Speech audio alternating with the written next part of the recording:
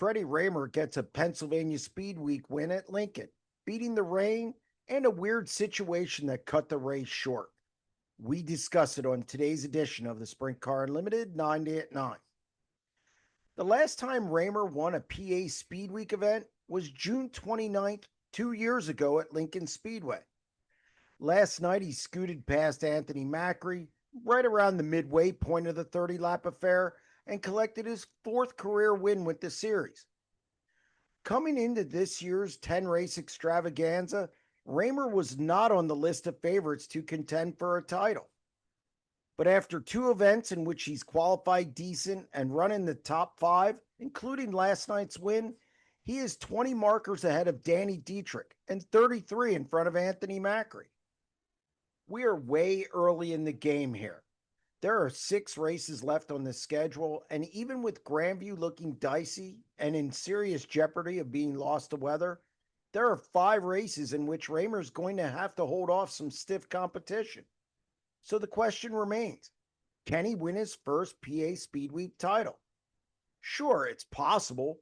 Rahmer has shown speed at Grandview, Hagerstown, and of course, Williams Grove.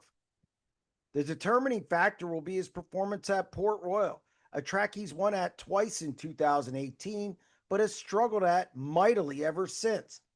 If he can find a way to stay close at the Juniata County Oval, he can push Dietrich and Macri to the end.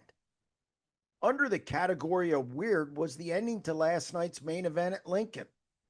There was a red flag for Matt Campbell with 25 laps down, and then it started to drizzle. The cars were told to go back to the pit area, and I thought this thing was going to be called. But instead, officials put it under rain delay. Teams across the pit area were confused as to what was going on. A short time later, they were told they could make any changes they wanted to the cars because it couldn't be properly monitored. Drivers were called back to the racing surface, but before they all got back on the track, they were told that the event was being called due to intense lightning, drizzle, etc. Teams across the pit area were upset for a variety of reasons, but the most notable was that they could make all the changes and also the indecision by the track. Again, weird.